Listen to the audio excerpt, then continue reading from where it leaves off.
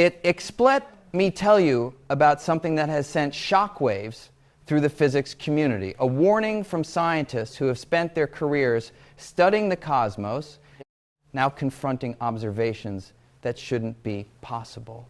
The James Webb Space Telescope, humanity's most powerful eye on the universe, has seen things that challenge the very foundations of our understanding. And some physicists are beginning to say what others are afraid to admit. Webb saw too much. Not too much in the sense of volume, though the data is vast, too much in the sense of impossibility. The telescope has observed structures, galaxies, and phenomena that our theories say cannot exist. Objects that formed too early, structures that grew too large, patterns that violate the timeline we thought we understood. When a leading physicist warns that we might be looking at a different universe than the one our theories describe, this is not hyperbole. This is not sensationalism. This is a sober assessment of what the data is telling us. And the data is telling us that something is profoundly wrong with our picture of cosmic history. I want to take you through what Webb has seen, why it's so disturbing, and what it might mean for our understanding of existence itself. Because this is not a minor adjustment to our models. This might be a revolution. Let me start with what Webb was designed to do. The James Webb Space Telescope launched on the 25th of December 2021 after decades of development and billions of dollars of investment. It is the largest and most powerful space telescope ever built with a primary mirror, 6.5 meters across more than 2.5 times the diameter of Hubble's mirror. Webb observes primarily in infrared light. This is crucial for its scientific mission because infrared allows Webb to see things that are invisible to optical telescopes like Hubble. First, infrared penetrates dust. The universe is filled with dust clouds that block visible light. Regions where stars are forming, galaxies shrouded in their own debris, cosmic nurseries hidden from optical view, all of these become visible in infrared. Second, infrared reveals the distant universe. Light from the most distant objects has been stretched by the expansion of the universe. What was once visible light has been shifted into infrared by the time it reaches us. To see the earliest galaxies, the first stars, the cosmic dawn, we must observe in infrared. Webb was designed to answer fundamental questions. When did the first stars form? When did the first galaxies assemble? How did the universe transition from the smooth, featureless state after the Big Bang to the complex, structured cosmos we see today? The telescope exceeded all expectations. Its mirrors aligned perfectly. Its sun shield deployed flawlessly. Its instruments performed better than specifications. Within months of beginning science operations, Webb was returning data of unprecedented quality, and that data contained surprises that no one anticipated. Now let me describe what Webb actually saw. The first shock came from the early universe observations. Webb peered back to when the universe was only a few 100 million years old, less than 5% of its current age. According to our models, this was supposed to be a primitive era. The first stars were just forming. The first galaxies were supposed to be small, irregular, and simple. Instead, Webb found mature galaxies, galaxies with hundreds of billions of stars, galaxies with well-defined spiral structures, galaxies with supermassive black holes at their centers, galaxies that looked like they had been evolving for billions of years but couldn't have been because the universe wasn't that old. The numbers were staggering. In the first deep field images, Webb detected galaxy candidates at redshifts of 10, 11, 12, and beyond. These correspond to times when the universe was 400 to 500 million years old. Some candidates appeared at redshifts, suggesting ages of only 300 million years after the Big Bang. These weren't supposed to exist. Our models predicted that galaxies this massive, this mature, this well-organized would take billions of years to form. They should appear at redshifts of 2 or 3, not 10 or 12. They should be common in the recent universe, rare in the distant past, but Webb found them in abundance. Everywhere it looked. The second shock came from the sizes and masses. The early galaxies Webb detected weren't just unexpectedly present, they were unexpectedly massive. Some contained stellar masses comparable to the Milky Way. Some harbored black holes of billions of solar masses. This created what astronomers call the impossibly early galaxy problem. There simply wasn't enough time for these objects to form through the processes we understand. Consider how galaxies are supposed to form. After the Big Bang, matter was distributed almost uniformly. Tiny density fluctuations, regions slightly denser than average, gradually attracted more matter through gravity. Over hundreds of millions of years, these fluctuations grew into the first dark matter halos. Gas fell into these halos, cooled, and formed stars. The first stars were massive, short-lived, and explosive. They seeded the universe with heavy elements, enriching the gas from which later generations of stars would form. Galaxies grew through hierarchical assembly, small structures merging to form larger structures over billions of years. This process takes time. Gravity works at a finite speed. Gas must cool, collapse, and form stars. Stars must live and die. Mergers must occur. The timeline is constrained by physics. But Webb found galaxies that seemed to have skipped these steps. They appeared fully formed at times when they should have been embryonic. They contained stellar populations that should have required billions of years to accumulate in a universe that was only hundreds of millions of years old. The third shock came from the black holes. Supermassive black holes, the monsters at the centers of galaxies, millions to billions of times the mass of the sun, were supposed to grow slowly. A black hole forms when a massive star dies. It starts small, perhaps a few tens of solar masses. It grows by accreting matter, but accretion has limits. The Eddington limit describes the maximum rate at which a black hole can grow. If it accretes too fast, radiation pressure blows away the infalling matter. Even at the Eddington limit, growing a billion solar mass black hole takes time. Starting from a stellar mass seed, continuous maximum rate accretion for billions of years is required.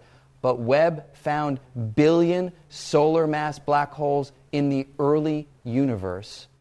Active galactic nuclei quasars powered by accreting supermassive black holes at redshifts where the universe was less than 1 billion years old. The math doesn't work. There wasn't enough time for these black holes to grow from stellar seeds. Either they started larger from heavy seeds that we don't understand, or they grew faster than the Eddington limit allows, which should be impossible, or our understanding of black hole physics is fundamentally wrong. The fourth shock came from the chemistry. The first generation of stars formed from primordial gas, hydrogen, and helium, the elements created in the Big Bang. These stars produced heavier elements through nuclear fusion and distributed them through supernovae. Only after this first generation lived and died could stars form from enriched gas. The signatures of this process should be visible in the earliest galaxies. The first galaxies should show low metallicity, few heavy elements, evidence of their primitive state. But Webb found surprisingly high metallicity in some early galaxies. The chemical enrichment was more advanced than expected. Stars had already lived and died in numbers that required more time than was available. This compounded the timeline problem. Not only were the galaxies too massive and too well organized, they were too chemically evolved. Every indicator pointed the same direction. These objects should not exist at the times where Webb found them. Now let me explain why these observations are so disturbing. The observations I've described don't just challenge details of our models. They challenge the foundation, the Lambda CDM model, the standard model of cosmology that has successfully explained observations for decades. Lambda CDM combines general relativity with assumptions about the universe's contents. About 5% ordinary matter, about 27% dark matter, about 68% dark energy. It describes how the universe expands, how structure forms, how galaxies assemble over cosmic time. Lambda CDM has been spectacularly successful. It explains the cosmic microwave background, the afterglow of the Big Bang, with remarkable precision. It explains the large-scale distribution of galaxies. It explains the expansion history of the universe. It has passed every test we've thrown at it until now. Webb's observations don't fit Lambda CDM. The early massive galaxies, the precocious black holes, the advanced chemistry, all of these violate the model's predictions. Either the observations are wrong or the model is wrong. The observations are probably not wrong. Webb's instruments are well calibrated. The data has been analyzed by multiple independent teams. The distances have been confirmed through spectroscopy. The galaxies are really there, really that early, really that massive. This leaves the model. Something about Lambda CDM must be incomplete or incorrect. This is why physicists are warning that we might be looking at a different universe. Not literally a different universe, the same stars, the same galaxies, the same physical space, but a universe that operates differently than we thought. A universe whose history unfolded differently than our theories describe. Now let me explore what might be wrong with our understanding. Several possibilities exist, and each has profound implications. The first possibility is that our understanding of star formation is wrong. Lambda CDM makes assumptions about how efficiently gas converts to stars. These assumptions are based on observations of nearby galaxies and detailed simulations. But if star formation was more efficient in the early universe, if gas converted to stars faster and more completely, then galaxies could grow massive more quickly, what might enhance early star formation? Perhaps the conditions were different. The early universe was denser, hotter, and more turbulent. Primordial gas had no heavy elements to cool it, but it also had no dust to impede collapse. Perhaps stars formed in massive bursts, converting most available gas to stars in short periods. Some simulations support this. Under certain conditions, star formation can be episodic and intense starbursts that briefly achieve efficiencies far higher than typical. If the early universe was dominated by such starbursts, the massive early galaxies might be explained. But this explanation has limits. Enhanced star formation can only do so much. Even at maximum efficiency, you can't form more stars than you have gas. And the gas must come from somewhere. It must fall into dark matter halos, which must themselves have formed. The timeline constraints remain. No matter how efficient star formation is, the underlying dark matter structures must exist first. And those structures are constrained by Lambda CDM. The second possibility is that our understanding of dark matter is wrong. Lambda CDM assumes that dark matter is cold, composed of heavy, slow-moving particles that clump efficiently. Cold dark matter produces a specific pattern of structure formation. Small halos form first, then merge to form larger halos over time. But what if dark matter isn't cold? What if it has properties that allow faster structure formation? Several alternatives have been proposed. Warm dark matter would suppress small-scale structure, but might behave differently on large scales. Self-interacting dark matter would allow halos to evolve differently than cold dark matter predicts. Dark matter with additional forces, a dark sector with its own interactions, could enable different formation pathways. Some of these alternatives might allow structures to form faster. If dark matter clumps more efficiently in the early universe, the scaffolding for galaxies would be available sooner. Galaxies could start forming earlier and reach massive sizes more quickly, but alternative dark matter models must also explain everything Lambda CDM explains. The cosmic microwave background, the galaxy distributions, the expansion history. Any new model must match these observations while also explaining Webb's discoveries. This is a high bar. Lambda CDM wasn't chosen arbitrarily. It was selected because it fits the data. Alternative models that fit the new data often fail to fit the old data. Finding a model that explains everything is difficult. The third possibility is that our understanding of black hole formation is wrong. The massive early black holes might not have grown from stellar seeds. They might have formed differently from heavy seeds that started large. Several heavy seed mechanisms have been proposed. Direct collapse of massive gas clouds without passing through a stellar phase might create black holes of 10,000 to 100,000 solar masses. Collapse of the first generation of stars, if they were extremely massive, might create intermediate mass seeds. Mergers of stellar black holes in dense early environments might build up mass quickly. If heavy seeds were common in the early universe, the massive early black holes might be explained. Starting from a larger seed, less growth is required to reach 1 billion solar masses. The timeline becomes less constrained, but heavy seeds require special conditions. Direct collapse requires pristine gas with no metals to fragment it. Extreme stellar masses require unusual environments. Efficient mergers require dense stellar systems that might not have existed. We don't know if these conditions were common. We don't know if heavy seeds actually formed. The mechanism remains hypothetical, a solution to the problem rather than an observed phenomenon.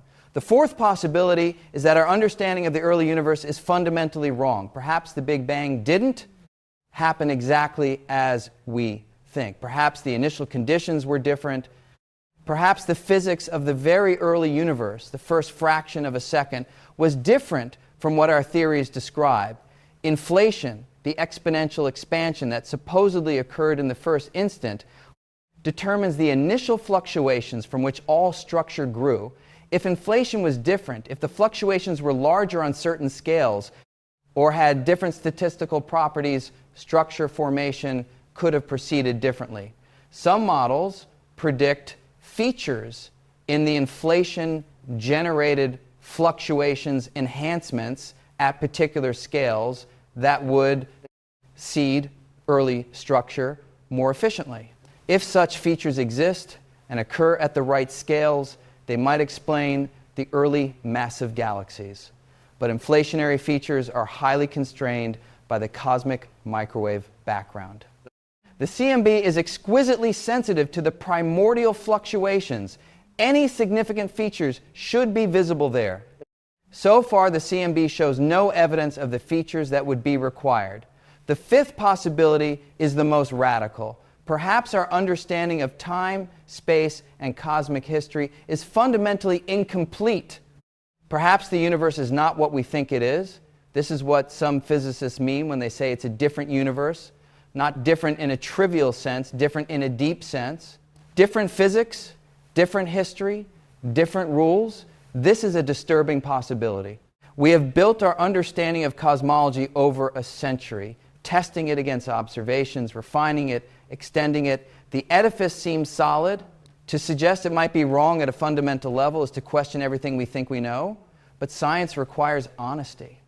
If the observations don't fit the theory, we must consider that the theory might be wrong. This is how science progresses through confrontation with data that doesn't fit. Webb has provided that data. Now we must confront it. Now let me discuss what specific physicists have said. When I say that physicists are warning about a different universe, I'm not paraphrasing loosely. I'm reporting what researchers have actually said in papers, interviews, and conferences. Dr. Alison Kirkpatrick, an astrophysicist at the University of Kansas, expressed the sentiment directly when she examined the early Webb data. Looking at galaxies that shouldn't exist at the times where they were found, she and her colleagues confronted the possibility that their theoretical framework was wrong. Dr. Joel Leja of Penn State, analyzing the spectroscopic conformations of early massive galaxies, noted that the discoveries were challenging decades of established understanding. The galaxies weren't supposed to be there. The fact that they were required explanation. Dr. Garth Illingworth of UC Santa Cruz, a veteran of deep field astronomy who worked on the original Hubble deep fields, acknowledged that Webb was finding things that pushed the boundaries of theoretical models. The abundance and maturity of early galaxies was surprising even to those who had expected surprises. The community response has been a mixture of excitement and unease. Excitement because revolutions in understanding are rare and valuable. Unease because revolutions are also disruptive. They require abandoning comfortable frameworks and venturing into uncertainty. Some researchers have pushed back, arguing that the observations might be misinterpreted. Perhaps the distances are overestimated. Perhaps the masses are overestimated. Perhaps systematic errors in the analysis are creating apparent anomalies where none exist. These concerns are legitimate. Science requires skepticism. Extraordinary claims require extraordinary evidence, and the claims being made about Webb's discoveries are certainly extraordinary. But the evidence has held up. As more data has arrived, as more teams have analyzed it, as spectroscopic confirmations have accumulated, the anomalies have not gone away. If anything, they've become more robust. The scientific community is gradually accepting that something unexpected is happening. The question is no longer whether Webb found anomalies, but what those anomalies mean. Now let me explore the deeper implications. If our understanding of cosmic history is wrong, the implications extend far beyond astronomy. They touch on fundamental physics, on our understanding of time and space, on our conception of the universe and our place within it. Consider what Lambda CDM represents. It's not just a model of galaxies and expansion. It's a statement about the nature of reality. It says that the universe is governed by general relativity, that its contents are dark matter and dark energy and ordinary matter, that its history is a progression from hot and dense to cool and diffuse. If Lambda CDM is wrong, some of these statements might be wrong. Perhaps general relativity needs modification on cosmic scales. Perhaps dark matter and dark energy are different from what we assume. Perhaps the arrow of time, the direction of cosmic evolution, is more complex than a simple progression. These possibilities are speculative, but they're not impossible. Physics has undergone revolutions before. Newtonian gravity, once thought complete, was revealed as an approximation to general relativity. Classical physics, once thought complete, was revealed as an approximation to quantum mechanics. Each revolution preserved what worked while extending understanding into new domains. A cosmological revolution might do the same. Lambda CDM might be approximately correct on certain scales at certain times for certain observations while failing elsewhere. The task would be to find a more complete theory that encompasses Lambda CDM's successes while explaining its failures. This is how science advances, not by discarding everything, but by identifying what's incomplete and extending it. Webb's discoveries might be the catalyst for such an advance. Now let me reflect on what it means that Webb saw too much. The phrase Webb saw too much captures something important. It's not that Webb made errors or that the universe is hiding things. It's that Webb's power, its ability to see farther, clearer, and deeper than any previous telescope has revealed a universe richer and stranger than our theories prepared us for. This is the double-edged sword of observational progress. Better instruments reveal more, but more includes the unexpected. We build telescopes hoping to confirm our theories, but sometimes we refute them instead.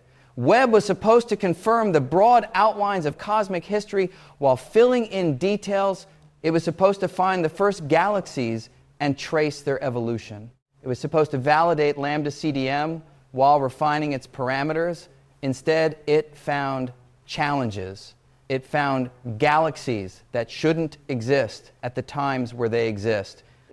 It found structures that formed too fast, black holes that grew too large, chemistry that evolved too quickly. Webb saw too much complexity, too much maturity, too much structure at times when simplicity was expected. This is uncomfortable. It means our understanding is wrong somewhere. It means we have work to do, observations to make, theories to revise, frameworks to rebuild. But it's also exciting. Comfort is the enemy of progress.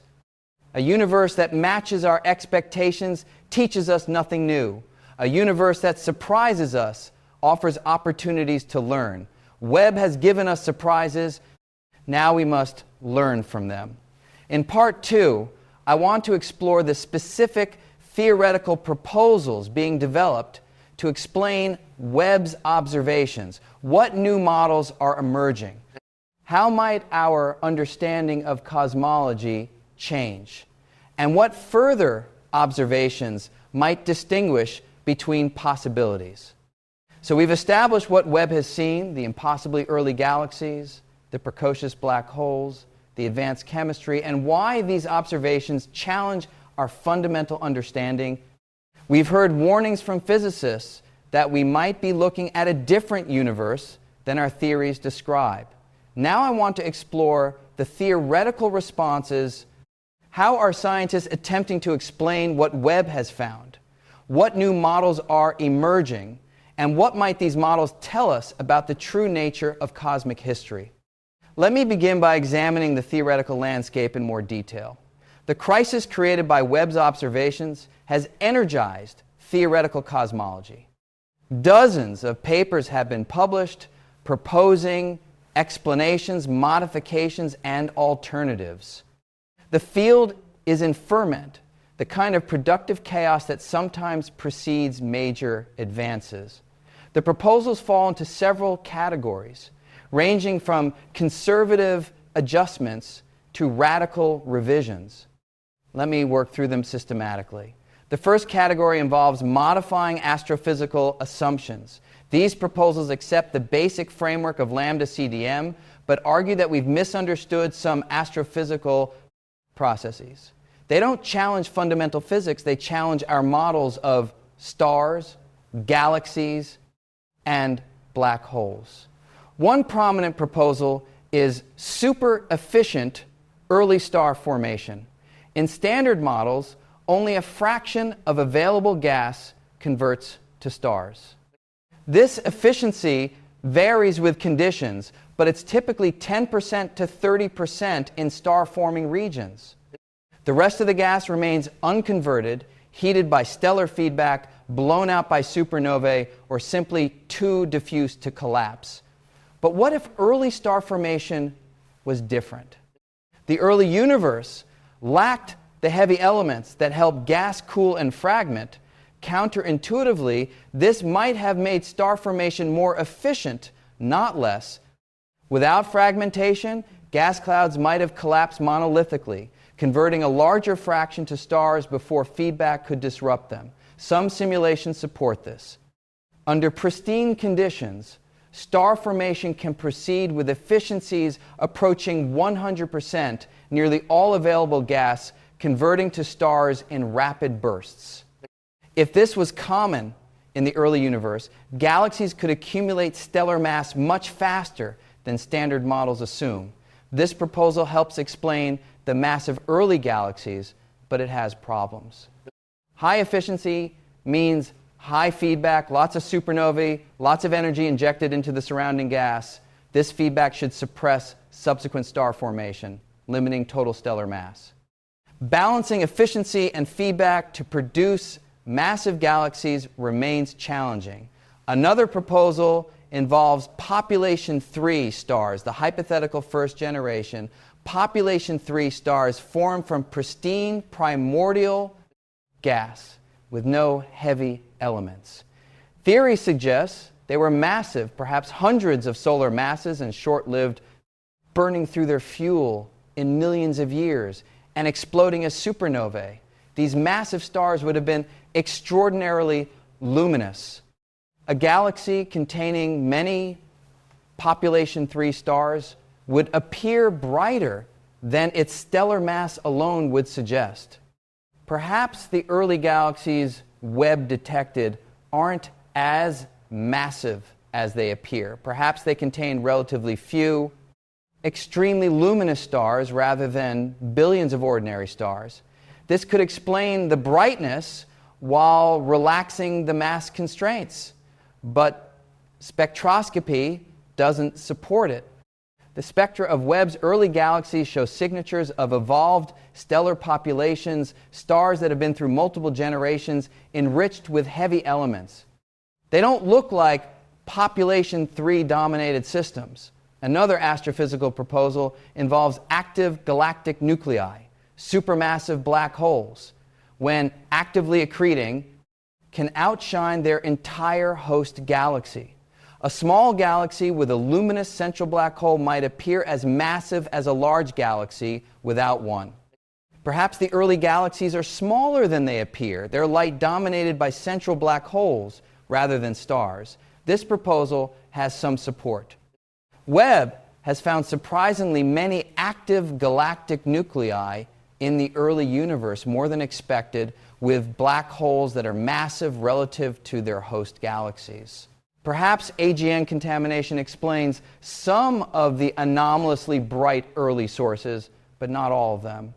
Many early galaxies show no signs of AGN activity. Their light is clearly stellar, distributed across extended structures. The AGN explanation helps in some cases, but doesn't resolve the broader puzzle. The second category involves modifying dark matter properties. These proposals accept most of Lambda CDM, but change assumptions about dark matter. They argue that dark matter's properties affect structure formation in ways we haven't correctly modeled. One proposal involves fuzzy dark matter. Fuzzy dark matter consists of extremely light particles, so light that their quantum wavelengths are astronomical in scale. This fuzziness suppresses structure formation on small scales while preserving it on large scales. At first glance, this seems to make the problem worse. Suppressing small-scale structure should delay galaxy formation, not accelerate it. But some models suggest that fuzzy dark matter could enhance structure formation on intermediate scales, the scales relevant for early galaxy formation, while suppressing it on smaller scales. This is speculative, and the models are complex. Whether fuzzy dark matter can actually explain Webb's observations remains unclear. The proposal is being actively investigated. Another proposal involves self-interacting dark matter. Standard cold dark matter particles interact only through gravity. They pass through each other without scattering, accumulating in halos without ever colliding. But what if dark matter particles do interact with each other? Self-interactions would allow energy to transfer between particles, affecting how halos form and evolve. Cores would be softer, less concentrated. Halos might merge more efficiently, building mass faster. Some models suggest that self-interactions could accelerate early structure formation. By redistributing energy within halos, self-interactions might allow more rapid collapse and more efficient galaxy formation, but self-interacting dark matter is constrained by other observations. Galaxy clusters, gravitational lensing, and cosmic microwave background measurements all constrain dark matter properties. Any model that explains Webb's observations must also satisfy these constraints. Another proposal involves dark matter decay or annihilation. If dark matter particles can decay into other particles or annihilate, when they collide, they release energy. This energy could affect structure, formation, heating, gas, ionizing atoms, altering the conditions for galaxy formation. Some models propose that early dark matter annihilation provided an extra energy source that accelerated cosmic evolution. The additional energy might have enhanced star formation, powered early black hole growth, or altered the chemistry of the early universe. These models are exotic and poorly constrained. We don't know if dark matter decays or annihilates at rates that would matter. but the possibility is being explored. The third category involves modifying gravity. These proposals challenge general relativity, the theory of gravity that underlies Lambda CDM. They argue that gravity might behave differently on cosmic scales or at early times. Modified gravity theories have a long history. Modified Newtonian dynamics was proposed decades ago to explain galaxy rotation curves without dark matter. Relativistic extensions of MOND and other modified gravity theories have been developed to address cosmological observations. Could modified gravity explain Webb's observations? Some theorists argue yes. If gravity was stronger in the early universe, structures would have formed faster, density fluctuations would have collapsed more quickly, galaxies would have assembled earlier.